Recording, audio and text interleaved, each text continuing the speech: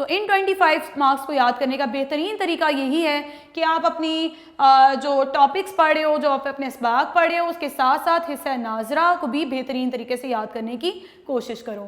جی بچے، اب ہم پڑھتے ہیں اپنے اذان کے ٹاپک کی طرف۔ ہم نے پچھلے سبق میں 2 ٹاپکس پڑھ لیے تھے اذان سے متعلقہ۔ میں ایک ریویو چاہوں گی، آپ سے ڈسکس کروں اس کا۔ اذان کا مفہوم بیٹا ہم نے پڑھا تھا، کیا معنی ہے اذان کا؟ اذان عربی زبان کا لفظ ہے، اذن سے لیا گیا ہے، جس کا مطلب پکارنا، ٹھیک ہے، بلانا یا اعلان کرنا کے ہیں۔ اور بیٹا یہ کس چیز کا اعلان ہے؟ یہ باجماعت نماز کی ادائیگی کا اعلان ہے، جو کہاں سے بلند ہوتا ہے؟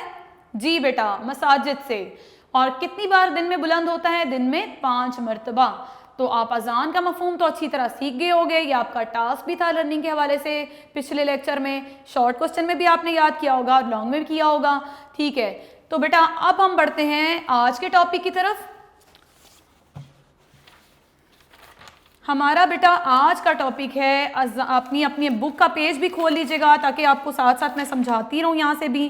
آپ کی بک کا پیج نمبر 12 ہے، جہاں سے ہم نے سیکھنا ہے کہ اذان کی مسلمانوں کی زندگی میں کیا حیثیت ہے، ٹھیک ہے۔ تو میں ریڈنگ بھی کروں گی اور بورڈ پہ میں نے کچھ پوائنٹس بھی میپ کر دیے ہوئے ہیں تاکہ پھر میں ساتھ ساتھ ان کی ایکسپلینیشن آپ سے ڈسکس کروں گی، ٹھیک ہے۔ مسلمانوں کی زندگی میں اذان کو خاص اہمیت حاصل ہے، یعنی کسی مذہب میں جو ہے عبادات کی ادائیگی کے لیے پکار نہیں ہے۔ مسلمانوں کی جو ہے عبادات کی ادائیگی کے لیے مساجد سے خصوصی طور پر یہ پکار ہوتی ہے، جس کو کیا کہتے ہیں؟ اذان۔ تو ہم کہہ سکتے ہیں نا کہ یہ اذان جو ہے وہ مسلمانوں کی زندگی میں خاص اہمیت رکھتی ہے، کیونکہ ہمیں بہت بڑے فرض کی طرف بلانے کا ذریعہ ہے۔ اور وہ بہت بڑا فرض کیا ہے جس کے بارے میں اللہ تعالیٰ نے قیامت میں سب سے پہلے ہم سے سوال کرنا ہے؟ وہ کیا ہے فرض بچوں؟ نماز۔ جی، دنیا میں موجود مذاہب میں عبادت کے لیے بلانے کے مختلف طریقے ہیں، میں نے آپ کو پہلے بھی یہ طریقے بتائے تھے۔ مسلمانوں کا جو طریقہ ہے عبادت کے لیے بلانے کا، وہ منفرد اور یکتا ہے۔ منفرد یعنی سب سے الگ ہے، ٹھیک ہے، اور یکتا یعنی ایک ہی ہے، یعنی ایسا نہیں ہے کہ کسی جگہ پر اور طریقے سے بلایا جا رہا ہے اور کسی اور جگہ پر دوسرے طریقے سے۔ یہ ایک ہے، دنیا بھر میں چاہے غیر مسلم ممالک ہیں، وہاں پر بھی اذان کے کلمات یہی ہیں اور نماز کی ادائیگی کے لیے بلانے کا یہی طریقہ کار ہے۔ تو ہم نے کیا سیکھا پہلے پوائنٹ سے؟ کہ اذان کا طریقہ منفرد ہے، یکتا ہے، یعنی ایک ہے، ٹھیک ہے، اور اذان کی مسلمانوں کی زندگی میں خاص اہمیت ہے۔ اذان سے اللہ تعالیٰ کی بزرگی واضح ہوتی ہے۔ کیا آپ مجھے بتا سکتے ہیں کہ اللہ تعالیٰ کی بڑائی اذان کے کن کلمات سے ظاہر ہوتی ہے؟ میں نے آپ کو کل کے لیکچر میں یہ بات سمجھائی تھی اذان کے کلمات کی اہمیت کے حوالے سے۔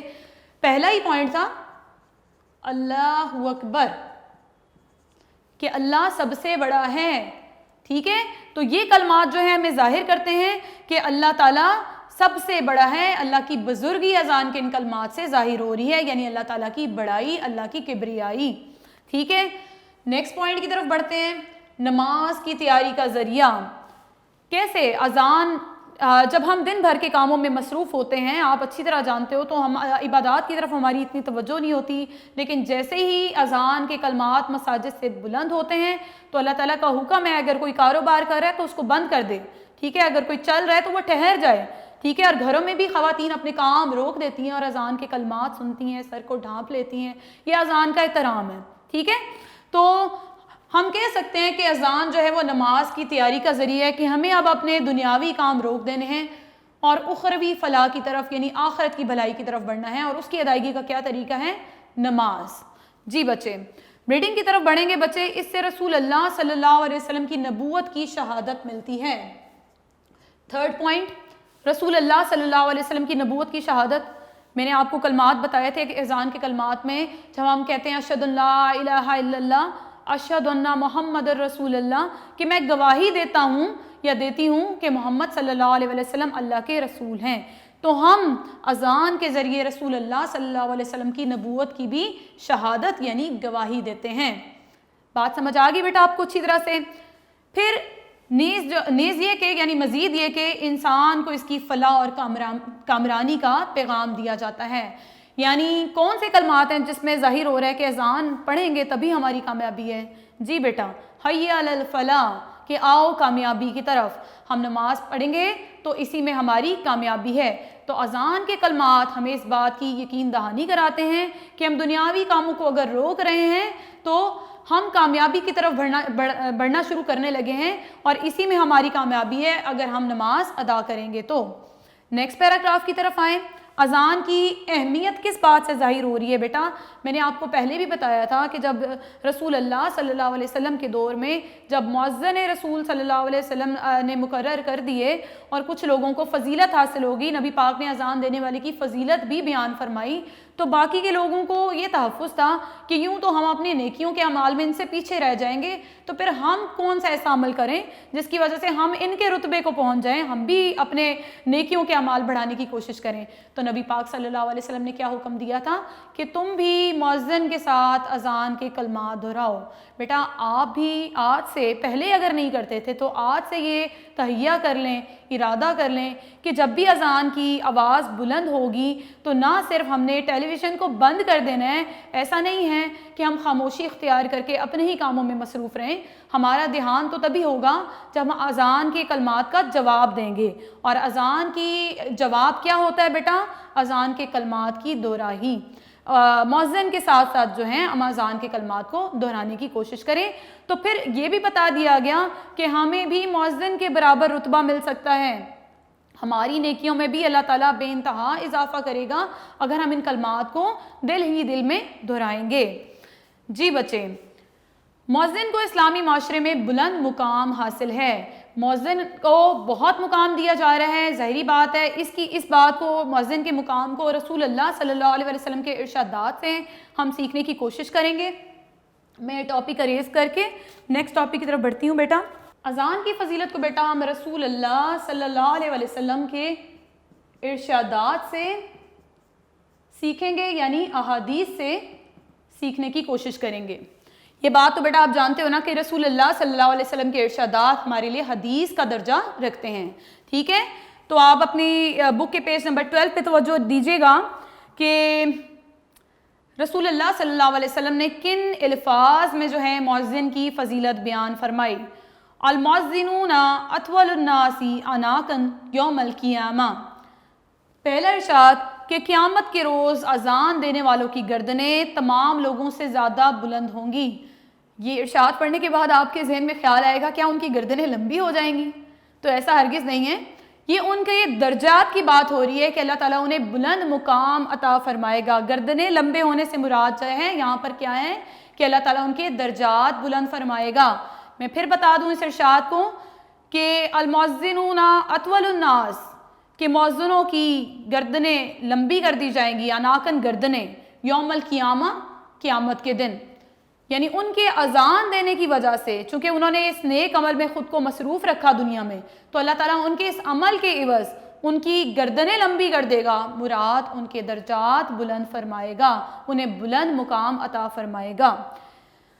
دوسرا ارشاد ہم پڑھیں گے، حضرت ابو ہریرہ رضی اللہ تعالیٰ عنہ نے سے روایت ہے، روایت کا مطلب ہوتا ہے کہ انہوں نے بیان فرمایا کہ رسول اللہ صلی اللہ علیہ وسلم ارشاد فرماتے تھے، تو اصولاً یہ رسول اللہ کی ہی حدیث ہے، رسول اللہ کی ہی ارشاد ہے۔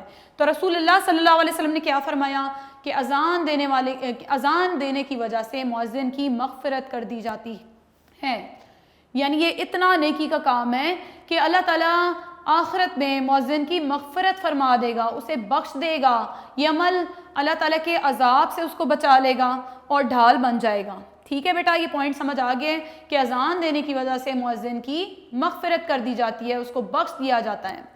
تیسرا ارشاد ہم پڑھیں گے یہاں پر رسول اللہ صلی اللہ علیہ وسلم کی حدیث سے کہ اگر ہمیں یہ معلوم ہو جائے کہ اذان دینے اور پہلی صف میں نماز پڑھنے کا کتنا ثواب ہے تو ہر شخص آگے بڑھنے کی کوشش کرے گا، حتیٰ کہ فیصلہ کرنے کے لیے قرعہ ڈالنا پڑے۔ قرعہ کہتے ہیں بیٹا قرعہ اندازی کرنا، ٹھیک ہے، یعنی سلیکٹ کرنا کہ کون یہ عمل کرے گا، ٹھیک ہے۔ تو یہاں پر یہ بات ذہن میں رکھے گا، جیسے بیٹا آپ بھی جانتے ہو جمعے کے وقت تو ویسے ہی بڑی فضیلت ہے جمعے کا خطبہ سننے کی، پہلے سے جا کر بیٹھنا، اور یہ کام آپ نے بھی کیا ہوگا، اکثر اوقات آپ کوشش کرتے ہوگے کہ آپ جاؤ اور پہلی صف میں، صف کہتے ہیں بیٹا پہلی قطار، جو نمازی قطار بنا لیتے ہیں جو ہے نماز کی ادائیگی کے لیے، تو اس کو پہلی قطار کو پہلی صف اور اس طرح مزید صفیں بنا لی جاتی ہیں، ٹھیک ہے۔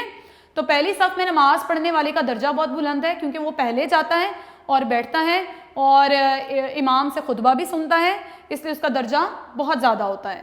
تو یہاں پر میں آپ کو بتا دوں کہ کہا یہ جا رہا ہے کہ ہمیں تو یہ معلوم ہی نہیں ہے کہ اذان دینے والے کی کتنی فضیلت ہے، آخرت میں اللہ تعالیٰ نے اس کو کس قدر انعامات دینے ہیں، اور نہ ہی ہمیں یہ معلوم ہے کہ اگر ہم پہلی صف میں جا کر بیٹھیں گے اور اللہ ہمیں اتنا اجر دینے والا ہے، ٹھیک ہے، تو اگر ہمیں یہ معلوم ہو جائے تو ہم کیا کریں گے، ہر ممکن ان دو اعمال میں آگے بڑھنے کی کوشش کریں گے، اور پھر فیصلہ نہ ہو سکے گا کہ کون پہلی قطار میں بیٹھے، حتیٰ کہ پھر ہمیں قرآن دازی کرنی پڑے گی کہ پہلی قطار میں کس نے بیٹھنا ہے یا اذان کس نے دینی ہے۔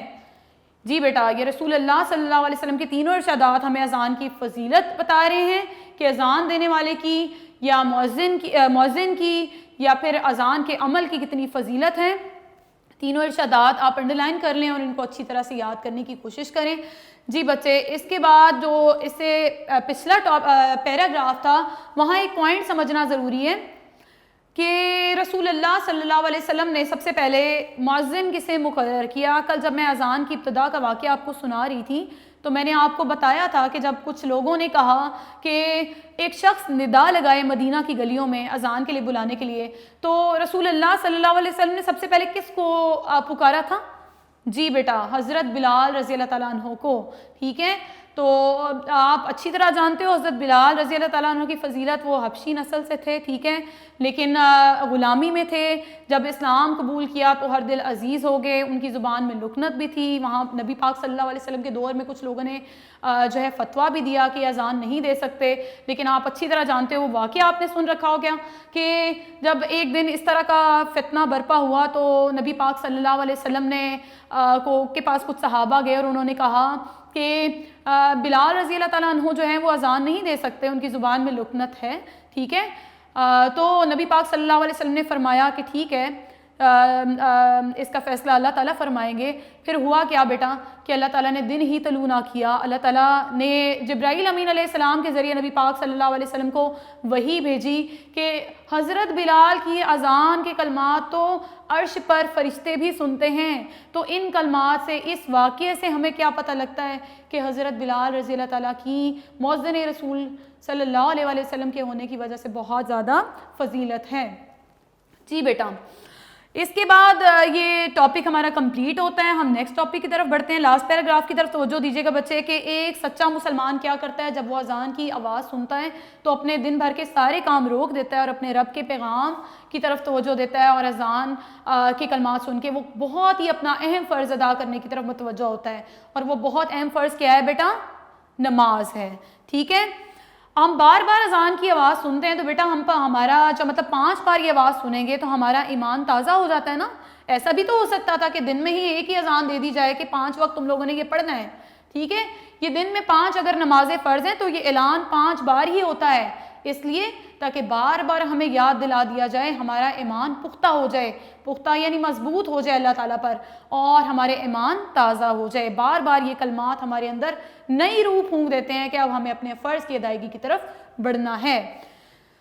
جی بیٹا، یہ ٹاپک سمجھ آ گیا آپ کو۔ آج کے لاسٹ ٹاپک کی طرف بڑھتے ہیں، اذان کے فضائل۔ آپ اپنی بک بیٹا سامنے رکھے گا آپ نے، میں یہ ریڈنگ کرتے کرتے ساتھ ساتھ آپ کو ایکسپلین کروں گی کہ اذان کے فضائل کیا ہیں۔ بیٹا میں پیج نمبر 13 سے ریڈ کرنے جا رہی ہوں، توجہ دیجیے گا۔ اذان کے فضائل۔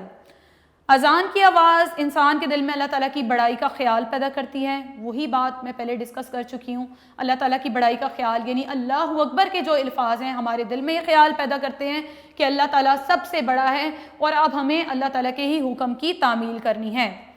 نمبر 2، اذان سنتے ہی انسان دنیاوی کاموں کو چھوڑ دیتا ہے۔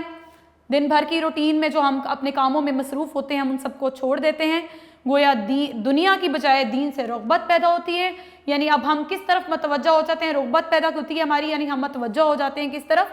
دین کی طرف، دنیاوی کاموں کو چھوڑ کے۔ جی پوائنٹ نمبر 3، جہاں تک اذان کی آواز پہنچتی ہے شیطان وہاں سے بھاگ جاتا ہے، ٹھیک ہے۔ یہ بات ذہن میں رکھیے گا، اذان کی اتنی فضیلت ہے کہ جہاں تک اذان کی آواز سنی جا رہی ہوتی ہے وہاں تک ہر چیز اللہ تعالیٰ کی رحمت کے سائے میں آ جاتی ہے، اور اللہ تعالیٰ کی تمام تخلیقات جو ہے وہ مؤذن کے لیے دعا کو ہو جاتی ہے، ٹھیک ہے، تو ایسی جگہ جہاں اللہ تعالیٰ کی رحمت ہوتی ہے وہاں سے تو شیطان نے ویسے ہی بھاگ جانا ہے. تو کیا کہا جا رہا ہے کہ جہاں تک اذان کی آواز پہنچتی ہے وہاں سے شیطان بھاگ جاتا ہے، دور چلا جاتا ہے. اذان دینے والے مقام پر اللہ تعالیٰ کی رحمت نازل ہوتی ہے. تو ہم تو اس سلسلے میں بلیسڈ ہیں نا بہت زیادہ کہ ہمارے جس لوکیلٹی میں ہم رہتے ہیں ہمارے علاقے ارد گرد بہت سی مساجد موجود ہوتی ہیں. تو ہم پھر اللہ تعالیٰ کی رحمت کے ہی سائے میں ہیں کہ ہمارے گھروں میں اذان کی کلمات سنے جاتے ہیں. تو اذان دینے والا مقام اور جہاں تک اذان کی آواز سنی جا رہی ہے وہ تمام مقامات اللہ تعالیٰ کی رحمت کے سائے میں ہوتے ہیں. پوائنٹ نمبر 5 بیٹا، اذان انسان میں وقت کی پابندی کا خیال پیدا کرتی ہے. ایسا بھی تو ہو سکتا تھا کہ ہم تمام نمازیں ایک ہی وقت میں ادا کر لیں جب بھی ہم فارغ ہوں، لیکن 5 وقت یہ جو مقرر کر دیے گئے اور پھر 5 وقت بلانے کے لیے جو طریقہ کار اذان کا مقرر کر دیا گیا کہ اذان کو انہی اوقات میں جو دیا جانا ہے اور نمازوں کو بھی انہی کے اوقات میں پڑھنا ہے، نہیں تو وہ قضا ہو جاتی ہے. ٹھیک ہے، تو کوشش کرنی چاہیے کہ ہم جو ہے نمازوں کی پابندی رکھیں اور انہیں اپنے وقتوں پہ ہی اوقات پر ہی ادا کریں اور قضا بالکل نہ کریں. ٹھیک ہے، تو کیا چیز سیکھتے ہیں ہم اذان کے ذریعے کہ ہمیں وقت کی پابندی پیدا کرتی ہے.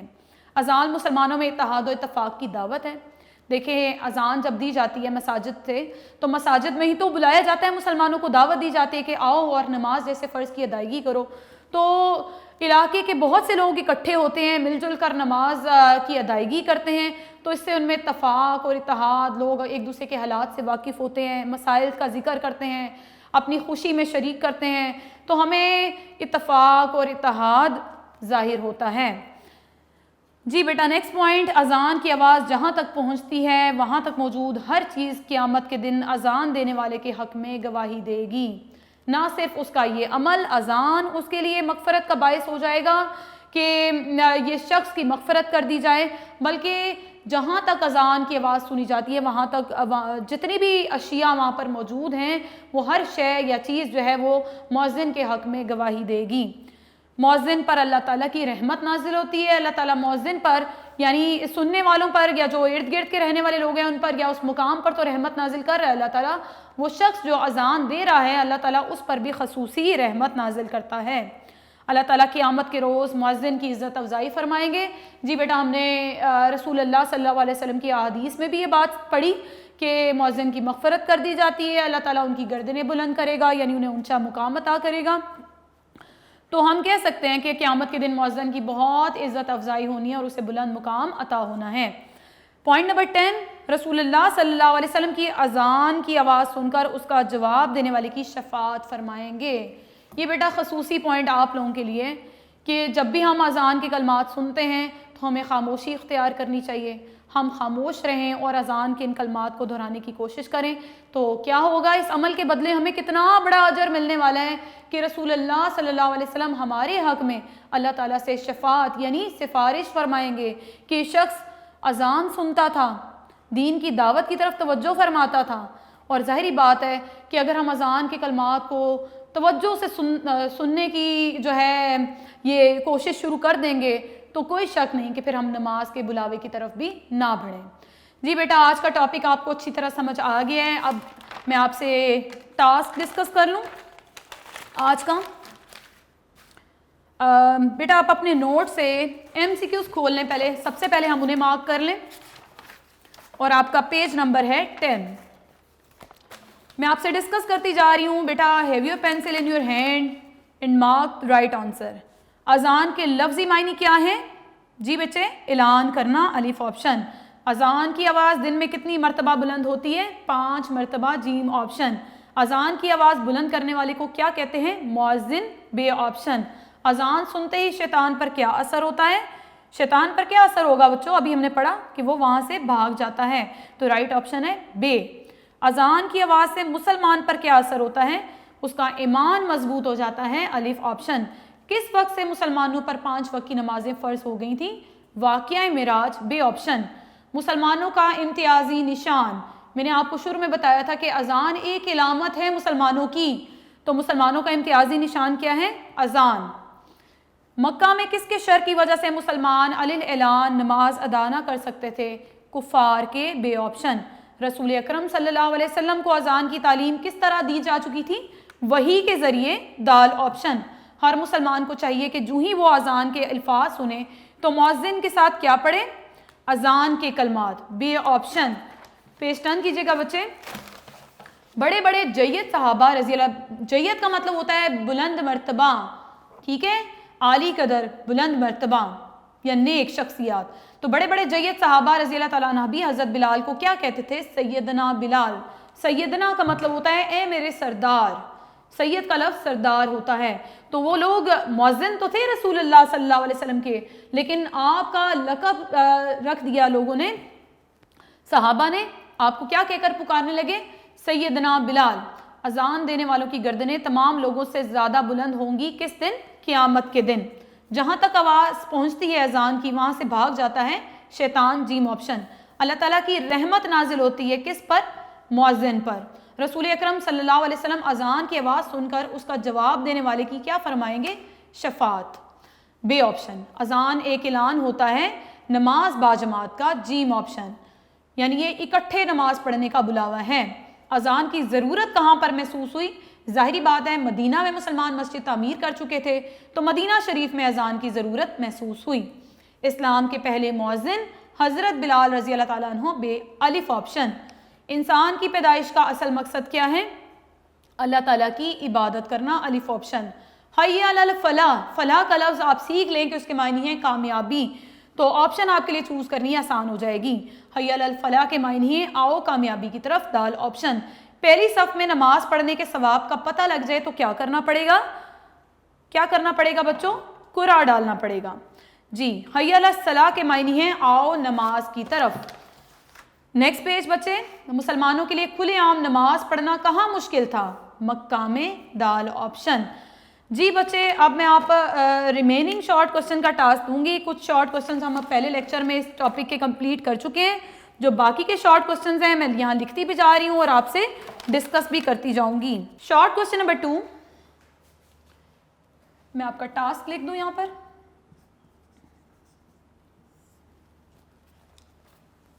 سب سے پہلا ٹاسک تو آپ کا کلمہ نمبر 1 اور 2 ہے، اور دوسرا ٹاسک رازرہ کے حوالے سے ساتھ ہی میں لکھ دیتی ہوں بیٹا. یہاں پر کلمہ نمبر 1 اور 2 اور اس کے بعد میں نے آپ کو کیا پڑھایا ہے؟ مسنون دعا نمبر 1 مع ترجمہ، یعنی ترجمہ کے ساتھ. دوسری بات remaining short questions. Short question number 2 میں نمبرنگ میں جو ہے یہاں پر لکھتی جا رہی ہوں، ساتھ ساتھ میں آپ سے ڈسکس کروں گی. اذان میں کس چیز کا اعلان ہے؟ اذان ایک پر اثر بلاوا ہے، یعنی اثر سے بھرا ہوا. پر کا مطلب ہوتا ہے بھرا ہوا، یعنی اس میں اتنا اثر ہے بلانے کے لیے. اور اعلان کس چیز کا ہے؟ نماز کا. آؤ کامیابی کی طرف، کہ کامیابی کی طرف بڑھنا ہے آپ لوگوں نے، اور نماز نیند سے بہتر ہے. یہ تینوں باتیں آپ نے ذہن میں رکھنی ہیں. اس کے بعد آ جائیں شارٹ کوسچن نمبر 3. رسول اللہ صلی اللہ علیہ وسلم نے مؤذن کی کیا فضیلت بیان فرمائی؟ بیٹا آپ رسول اللہ کے ارشادات میں سے 3 ارشادات ہم نے پڑھے، کوئی سا بھی ایک ارشاد اس آنسر میں لکھ سکتے ہو. یہاں پر کیا لکھا ہوا ہے کہ قیامت کے روز اذان دینے والوں کی گردنیں تمام لوگوں سے زیادہ بلند ہوں گی. Next short question next page پہ آئے گا. باقی کے ریمیننگ شارٹ کوسچن ڈسکس کریں گے ہم. میرا خیال ہے شارٹ کوسچن نمبر 7 8 اور 9 میں آپ کو پڑھا چکی ہوں. اب رہ گیا بیٹا صرف شارٹ کوسچن نمبر 10. قیامت کے روز کن لوگوں کی گردنیں تمام لوگوں سے زیادہ بلند ہوں گی؟ بیٹا یہ 1 ورڈ آنسر ہے، اذان دینے والوں کی. اب بیٹا بڑھتے ہیں لانگ کوسچنز کی طرف. تیسرا آپ کا ٹاسک لانگ کوسچن نمبر 1 کا میں نے آپ سے بولا تھا کہ ہاف جو اذان کی اہمیت ہیڈنگ آپ دیکھ رہے ہوگے اپنے نوٹس پہ پیج نمبر 13 پہ. میں ریڈ کر دیتی ہوں بیٹا آپ کے لیے. اذان کا لفظی معنی اور اس کی اہمیت بیان کریں. تو پہلے پیراگراف میں تو اذان کا مفہوم بتایا جا رہا ہے، وہ آلریڈی آپ پڑھ چکے اور یاد کر لیا ہوگا آپ نے. اب آج کے ٹاپک میں چونکہ میں نے آپ سے لیکچر میں ڈسکس کی تھی اذان کی اہمیت، اور میں نے کچھ پوائنٹس بھی یہاں بورڈ پہ میپ کر دیے تھے، تو آپ یہ 5 پوائنٹ کو اذان کی اہمیت میں یاد کرو گے. پہلی بات کہ نماز کی تیاری شروع کر دیتے ہیں ہم اذان کا اعلان سنتے ہیں تو، ٹھیک ہے. دوسری بات کہ ہماری زندگی میں اذان کو خاص اہمیت ہے، ٹھیک ہے، کیونکہ اذان منفرد اور یکتا ہے اور اس سے اللہ کی بزرگی واضح ہو رہی ہے. اللہ کی بزرگی یعنی اللہ کی بڑائی، اللہ اکبر کے کلمات سے. اور تیسری بات بیٹا کہ رسول اللہ صلی اللہ علیہ وسلم کی نبوت کی شہادت مل رہی ہے. پھر چوتھی بات کی ہمارے ایمان کی پختگی اور تازگی کا ذریعہ ہے، ٹھیک ہے۔ پھر پانچویں بات یہ ایک پر اثر بلاوا ہے، یعنی اثر سے بھرا ہوا بلاوا ہے، اعلان ہے، جس میں کن باتوں کا اعلان ہے کہ آؤ نماز کی طرف، آؤ کامیابی کی طرف، نماز نیند سے بہتر ہے۔ جی بیٹا short question number long question number 1 آپ کو سمجھ آ گیا ہوگا۔ لانگ کوسچن نمبر 2 ہے بیٹا آپ کا انتہائی آسان، اذان کی فضیلت بیان کریں۔ اذان کی فضیلت میں نے بک سے ریڈ کرواتے آپ کو کہا تھا کہ رسول اللہ صلی اللہ علیہ وسلم کے تینوں ارشادات آپ انڈرلائن کر لیں اور اس کی پریکٹس کیجیے گا۔ ان تینوں ارشادات کو یاد کرنے سے ہی آپ کا لانگ کوسچن نمبر 2 جو ہے وہ کمپلیٹ ہو جائے گا۔ میں آپ کے لیے ایک بار پڑھ دیتی ہوں یہ حدیث۔ رسول اللہ صلی اللہ علیہ وسلم نے اذان کی فضیلت بیان کرتے ہوئے کیا فرمایا تھا کہ قیامت کے روز اذان دینے والوں کی گردنیں تمام لوگوں سے زیادہ بلند ہوں گی۔ اسی طرح سے نمبر 2 حضرت ابو ہریرہ نے کیا فرمایا تھا رسول اللہ صلی اللہ علیہ وسلم کا ارشاد کہ اذان کی وجہ سے مؤذن کی مغفرت کر دی جاتی ہے۔ اور تیسرا ارشاد ہم نے رسول اللہ صلی اللہ علیہ وسلم کا کیا پڑھا تھا کہ اگر یہ معلوم ہو جائے کہ اذان دینے اور پہلی صف میں نماز پڑھنے کا کتنا ثواب ہے تو ہر شخص آگے بڑھنے کی کوشش کرے گا، حتیٰ کہ فیصلہ کرنے کے لیے ہمیں قرعہ ڈالنا پڑے گا، قرعہ اندازی کرنی پڑے گی۔ جی بچے آج ہمارا یہ لیسن کمپلیٹ ہو جاتا ہے، امید ہے آپ کو اچھی طرح سمجھ آیا ہوگا۔ گھر میں رہیے، محفوظ رہیے، اپنی صحت کا خصوصی خیال رکھیں اور اپنی اسٹڈیز پر بھی آپ اچھی طرح سے فوکس کر کے رکھیں۔ تھینک یو ویری مچ، اللہ حافظ۔